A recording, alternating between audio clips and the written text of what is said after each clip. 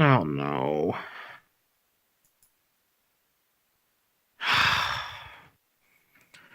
What am I gonna do now? Oh.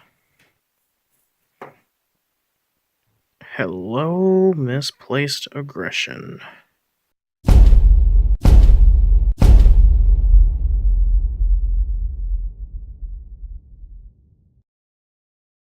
Alright, so quick overview of the show first. Nisekoi follows your bland, self-insert main character, Raku Ichijo. As a kid, he made a promise with some girl where she has a key, he has a lock, and if they meet in the future and the two of them match, hey, let's get married.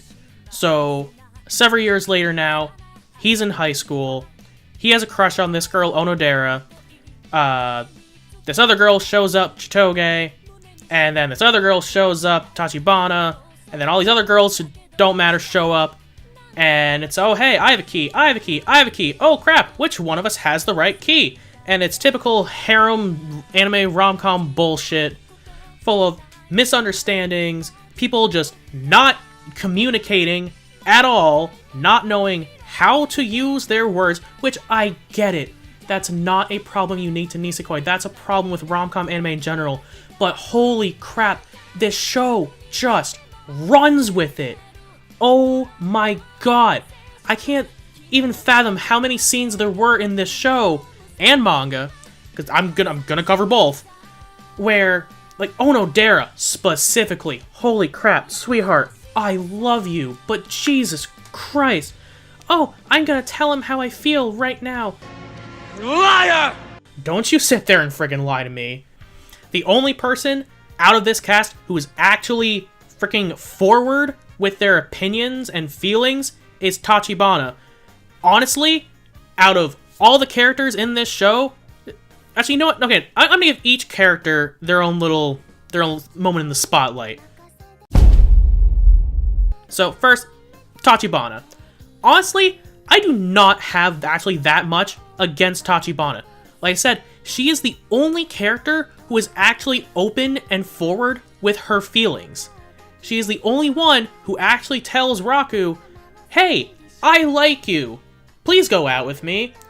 So of course, that's the one girl that never gets considered from the original trilogy of girls. That being said, she's an airhead, completely insane, and she cannot take no for an answer.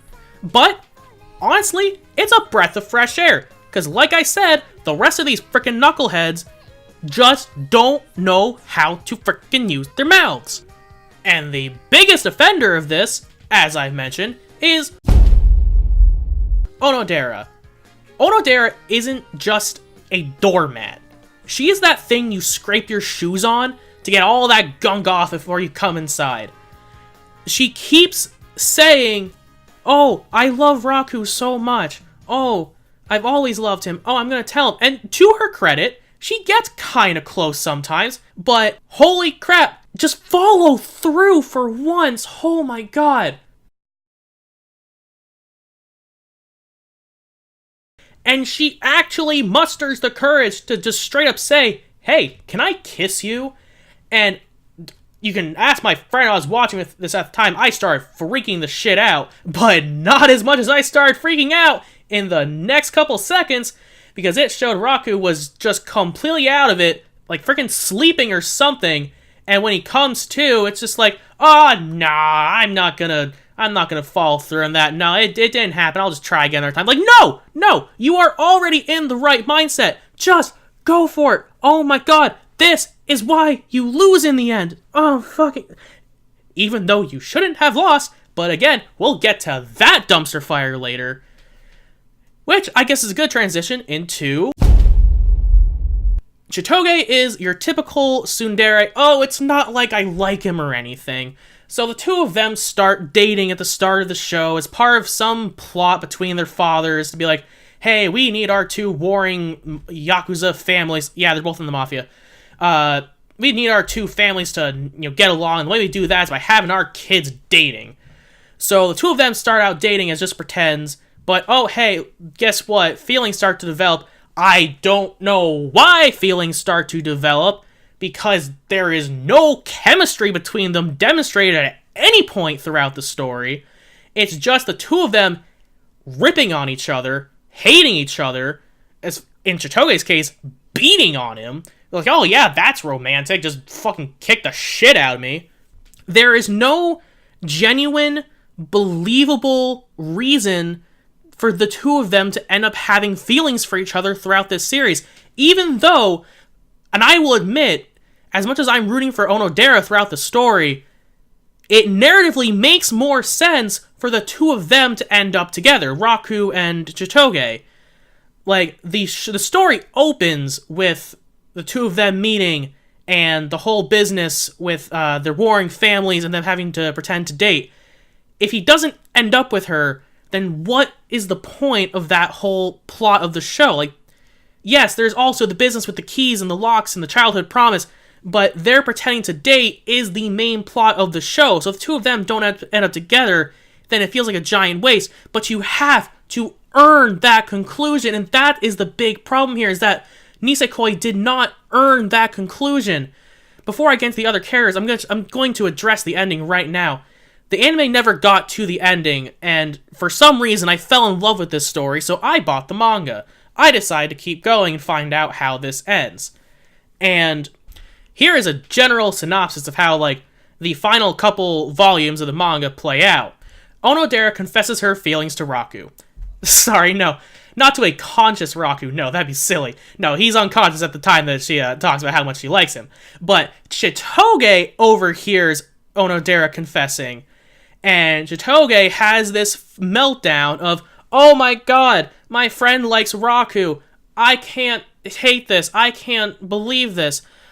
I love Raku. So obviously the only thing that makes sense for me to do is to fuck off across the ocean to America and pretend I never even freaking met him. Because that's what love is. So afterwards, like a good person, Raku is like, oh shit, where'd Choutoge go? And they all go on a quest to go find Choutoge. Now, there's this big climactic meetup at the very end where he's going to Choutoge to tell her, hey, I love you. Because, for some reason, I have to. And it's not until this moment in the story, in the final freaking volume, that Ono Dara finally musters the courage to go up to Raku while he's on his way to give his final decision, little bit late, sweetheart. And she tells him, hey, I love you, and I am also your promise girl. We've established that now in the story. And the two of them are basically like, yep, that's great. It's a shame that feelings change. And Ono Dara's like, yep, that sure sucks for me. And he goes off, confesses to Choutoge, and the two of them live, I assume, bitterly ever after, the way those two always freaking act with each other. But it's okay because they have a kid, and Ono Dara and faceless guy we never meet have a kid, and those two kids start dating, so that's awkward. But I feel like I've gotten just a wee bit off track because I'm trying to cover all the characters. So actually, yeah, speaking of Raku, I don't understand why everyone is head over heels for this guy. He has no personality. He is boring. People like him because he's nice. He's not a shitbag. Guess what? Being nice is not a personality. Being nice is what a person just should be. He is just being a friend to them. And yet, oh god, oh, I'm so hot for Raku. He's such a nice person. There are undoubtedly other nice people in your life. Why is he the interesting one? Now, Ono Dara does have a connection with him that gives her at least some reason to generally like him. The two of them get to bond throughout some cooking things the two of them do throughout the story. So you know what? Okay, they have something they can actually bond over. I still don't understand Choutoge's attraction to him. Tachibana gets also a little bit of leeway here because she, unlike the other two, actually remembers him from childhood and remembers him, like, coming to her bedside to play and read stories and stuff like that. That establishes more of an actual character connection with him. So again, I think Tachibana gets the most credit out of these three girls for having the most genuine relationship with this guy. before the cooking thing happens with Ono Dara, which again isn't really much, she and Raku have no reason to be interested in each other. I guess Raku thinks Ono Dara is like pretty and cute, which is all we really technically need for an anime, but as far as him and Chouteau are concerned, they have nothing but just raw animosity towards each other, which just gets them both going, apparently. But we don't get any genuine development between these relationships, not until like the last 2 volumes, and even then, saying there's development is a stretch. Honestly, the most interesting characters in this show are the best friends of two of the main characters, Shu and Rory. If the show was about them, it would have been so much more interesting. Shu, he has genuine character conflict. He develops as a person. Yes, Shu's character, Shu is the best friend of Raku, and yes, Shu's character starts out as just like the, silly pervert weirdo, but we see in him, we see genuine character flaws. We see him progress past the person that he's been, become something more. Rory is the best wingman in this show. She is incredibly perceptive. Nothing gets past her. She knows all the bullshit everyone is ever spewing. And she constantly tries to push Ono Dara towards Raku, just being like, yo, if you keep screwing around, you're going to lose him. You're going to lose everything. Just freaking do it! And the relationship between Shu and Rory is, again, way more interesting than the rest of the relationships in this show. In the start, it starts out as like the same sort of thing between Raku and Chouteau, where it's just this animosity from Rory towards Shu, and her beating the crap out of him, usually in response to him being a perv and a weirdo and a creep. But their relationship develops genuinely. Rory grows to see Shu as like a genuine caring person. She sees Shu mature in the face of the hardships that his character goes through. She sees how he tries to stay optimistic and better his friends regardless of what it is he is going through. She sees that he is actually an incredibly intelligent person despite the air that he puts on, and she grows attached to it and eventually begins to cherish that. And it's so much more natural seeing that slowly develop over the course of the manga. We don't really get to see that as much in the anime. In the anime, we pretty much just see the tsundere side and being, oh yeah, she's being tsundere, so she's gonna get together with him. In the manga, we actually get to see her develop, and we can see her feelings blossom for him. For as perceptive as Shu is, her feelings are the one thing he never really catches on to, which leads to the great payoff in the end of the series when she does confess to him without any prodding and help from the rest of the fuck nuggets. But so she confesses to him, and it catches him off guard. So we get that cute moment of, oh my god, is this actually happening? And then the two of them get in a relationship, and they get to live happily ever after. And that story is a conclusion that feels so much better, so much more well-earned, and so much more satisfying to see come to an end. Nothing at all like the conclusion to the story of the main cast, which just leaves a bitter, sour taste in your mouth because it's, yeah, technically he kind of had to end up with her, but why?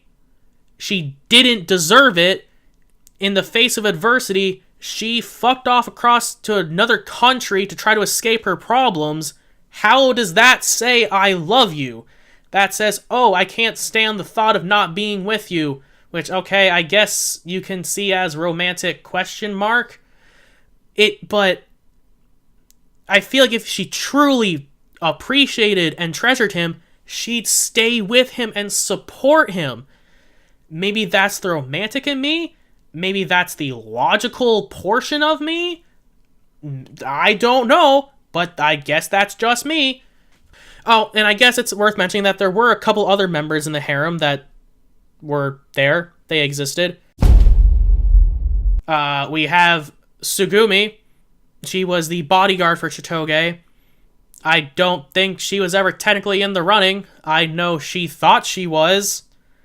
But I'm sorry, Raku never showed any interest in her. It was all pretty much a, oh, I like him. I'm gonna fantasize about our relationship together. And never say anything, ever, to anyone. She's worse than all the rest of them, because she never does anything to try to make any move on him. And then we have Haru, Ono Dara's little sister, who is pretty much just budget Ono Dara crossed with Chouteau.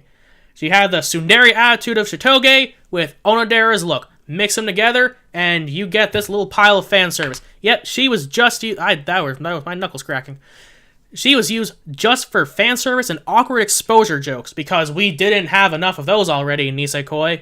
And much like Sugumi, she never really made any movement on Raku. In fact, quite the opposite. She knew she liked this person who she refused to acknowledge was Raku. So pretty much just take all of the girls and just mash all of their worst qualities together, and you got Haru. Not a great character. But I guess they just need another member to add to the harem for the self-insert main character. I think the worst thing about all of this is that with all this being said, I still like this story, and I don't know why.